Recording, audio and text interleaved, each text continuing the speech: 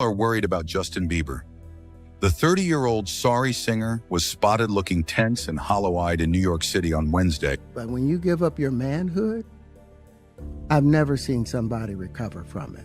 That was all the people that went to the puffy parties. That was all the people that did all those things thinking that there was never going to be a consequence for what they were doing. Terrence Howard just lit a fuse under Hollywood, and it's exploding fast. In a jaw-dropping interview, he didn't hold back. Nope, he cracked open the kind of secrets people whisper behind velvet curtains at elite after-parties. But now, that velvet's been ripped wide open. And one name that keeps coming up like a bad habit? Diddy. But this time, it's not just about wild parties. It's not just about money or music. This time, the whispers are circling around something much darker, and it involves Justin Bieber. Yes, that Justin Bieber. Oh, and get this, Diddy's own daughters are being mentioned too. It's the kind of scandal that feels too twisted to be real, but the more people dig, the worse it gets. Allegedly, Diddy wasn't just using his star power to host insane parties. He was, according to chilling rumors, using his own daughters in a manipulative way to reel people in. Not for house chores, not for innocent hangouts, but for something way, way more sinister. You know, he wants to hang out with you next week, and I was like, for what? He's like, I think he's trying to fuck. That's what my assistant said. I was like, oh, okay. Now I get it. It was hard for me being that young and being in the industry and not knowing where to turn, and everyone, telling me they love me and, just turn their back on you in a second. So if she ever needs me, I'm going to be here for her. But yeah, just protecting those moments because people take for granted encounters, and I just want to protect her, I don't want her to go through anything I went through. I don't wish that upon anybody. Yeah, if she ever needs me, I'm just a call away. Now the whole internet is side-eyeing Diddy's history with young men, teenagers, rising stars, all seemingly glued to his orbit back then. And now people are asking, what was really going on behind those locked doors? Justin Bieber is finally breaking his silence, and what he's saying, it'll chill you to the bone. This isn't just some tabloid chatter, this is deep, the kind of trauma that never really fades, and Justin, God bless him, is finally peeling back the curtain on what he's survived. He's hinting at things most people wouldn't dare speak out loud. But he's speaking now, and once you hear what he endured, especially as a child thrown into Hollywood Lion's Den, it changes everything. Right now, he's having 48 hours with Diddy, him and his boy. They're having the times of their lives, like where we hanging out and what we doing. We can't really disclose, but it's definitely a 15-year-old's dream. 16. No, 16. Slow down. Let's slow down, Justin. Okay. Let's slow down. Okay. One step at a time. But yeah, the keys is yours when you get 16. You're good to go. I'm good to go. Yeah. All right. Then when you get 18, you get the house. You get the mansion. Okay. I get the mansion. Yeah. Terrence Howard didn't tiptoe. He came in swinging. In his raw sit-down with the PBD podcast, he wasn't just tossing out opinions, he was dropping bombs, the kind that make PR teams panic. And one of the most disturbing things he brought up, the man card ritual. No, this isn't some frat boy inside joke. According to Terrence, this is real and it's horrifying.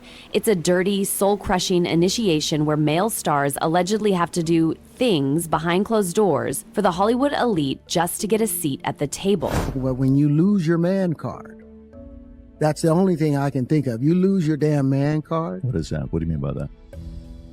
You give up your ability, your right to being a man. A man don't take it, a man gives it. So when you give up that man card, you don't get that back. Are you saying what I think you're saying? Now I'm saying what I'm saying. You don't get that back. You come into this world as a man one time. You give up that right for anything, for fear of being hurt, fear of somebody doing something, for wanting to gain something. When you give up that man card right, you lose some spiritual energy that has always been pushing through. Like if a woman gives up her womanly right of being a mother and taking care of her family and do all those things. When you give up those things, but when you give up your manhood, I've never seen somebody recover from it. That was all the people that went to the puffy parties. That was all the people that did all those things thinking that there was never going to be a consequence for what they were doing. Drugs, you're going through so much shit to try and deal with life. You are literally, it's an unhealthy space. And so eventually you're going to go too far. You know, who knows what happened to Philip? Who knows what he had to do in order to get to where he was at? There's a lot of things that people do that end up sitting and they can't get over it. And they got to keep getting high, hoping to get it out of their head. You know. These aren't harmless games. Terrence described it as a system designed to break men, physically, mentally, emotionally. Many of these young stars, he said, ended up addicted to substances just to cope with what they were forced to do. They paid a price for fame, and that price keeps haunting them to this day. He described these invite-only freaky parties where men are allegedly lured in, used, and tossed aside. And the worst part, they do it thinking they're securing their spot in Hollywood, but instead, they leave shattered. Did you ever have the opportunity where you got invited and you said no to it? Hell yeah. What was the consequences when you said no? Puffy invited me for weeks, asking me to come and teach him how to, wanted me to be his acting coach for a while. Go there and he's sitting around just looking. I'm like, okay, what's the material you want to work on? He's just looking at me. Then next thing you know, okay, hey, will you help me?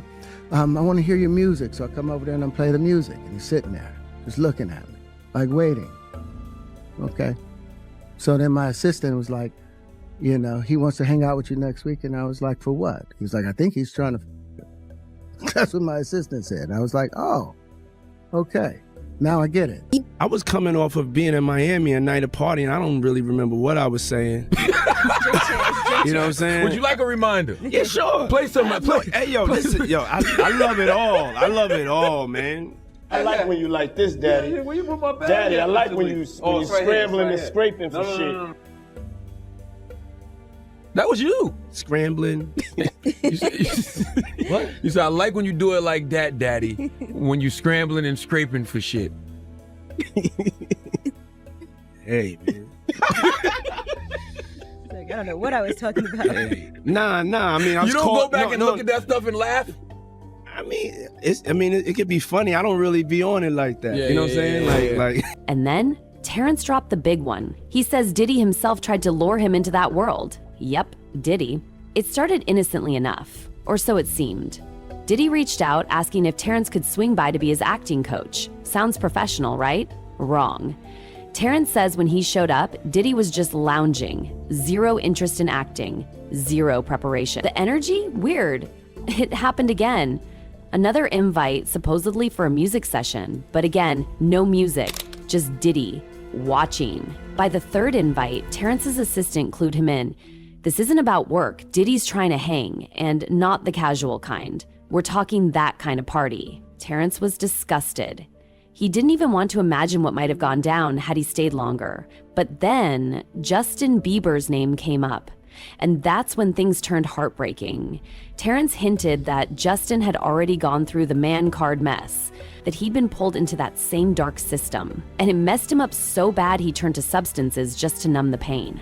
We've become friends in a strange way, you know? Like Robin Big. Yeah, it's like, exactly. I'm Big and you're Robin. Yeah. No, I mean, to a lot of us, he's like a little brother. You know what I'm saying? He's not afraid to call and ask for advice. He's somebody that, in the industry-wise, the record industry is a strong family, and he's somebody that, we definitely have our arms around, and we want to protect him because he's such genuinely a nice person besides his talent. You know what I'm saying? He's one of the greatest kids that you could ever know. Terrence didn't mince words. This twisted ritual changes men forever, he said. Once you're in, you don't walk away the same. And he pointed straight to Justin Bieber. Justin's entire life flipped upside down the moment he entered Diddy's world. He was just a kid, a babyface singer with a dream. But instead of guidance, what he found was chaos, pressure, exploitation, and grown-up situations no child should ever be exposed to. In his emotional sit-down with Zane Lowe, Justin literally broke down. Tears, raw pain, and he said something that hit fans in the gut. He just wants to protect Billie Eilish.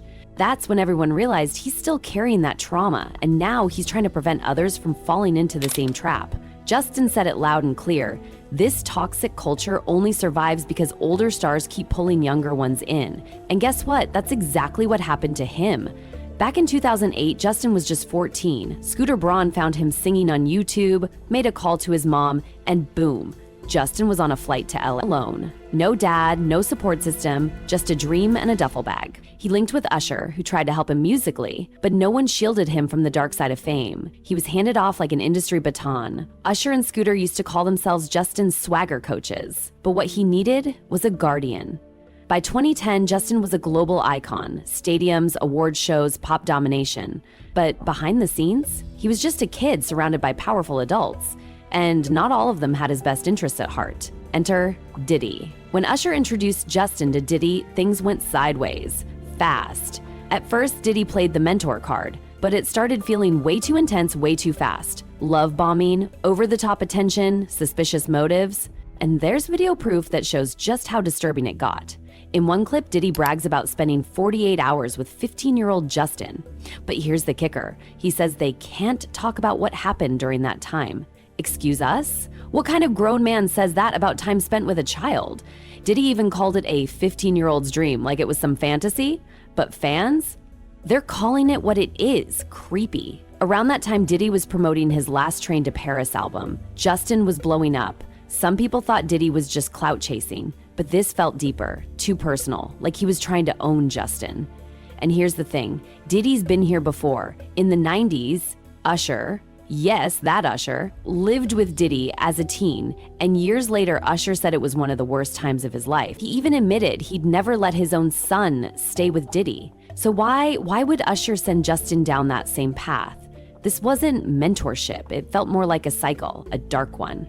By 2010, Justin and Diddy were being seen together constantly. Interviews, award shows, studio hangouts, and in public, Diddy kept calling it friendship. But in private, his behavior told a different story. One time in the studio, Diddy pressed Justin about why he hadn't been hanging out lately.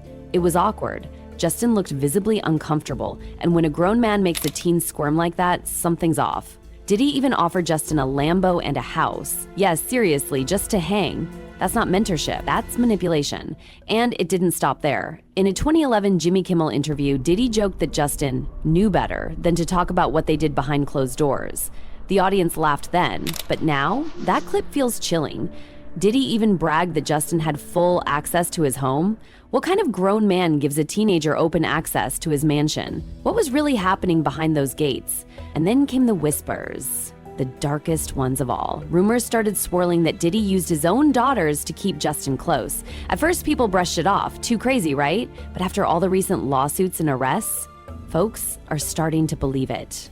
It's not just Justin caught in the mess. Diddy's twin daughters, Jessie and Delilah, reportedly witnessed everything that went down between Diddy and their mother, Kim Porter.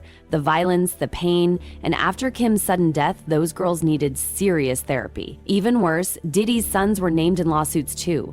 Christian was reportedly tied to a case where a woman was assaulted on what was supposed to be a family trip. And yes, Diddy was there too, so it's not a stretch anymore. It's starting to make sick sense. Maybe his daughters really were pawns in something darker, something designed to pull people like Justin in and keep them. Now the world's asking, did Diddy really use his own children to lure a teen pop star? As for Justin, sources say he may testify in Diddy's upcoming trial. He's trying to focus on his wife Haley and their new baby. He wants to move on, heal, build a life far from that past. But Diddy's name keeps dragging him back. And with the world watching, Justin's facing the biggest choice of his life: speak his truth or protect his peace. What do you think? Should Justin finally unload everything he's been through? Or is it time to step away, protect his heart, and never look back? Drop your thoughts in the comments below, hit that like button, and subscribe, because this is just the beginning. Hollywood's darkest secrets, they're coming out, and they're uglier than we ever imagined. Uglier than we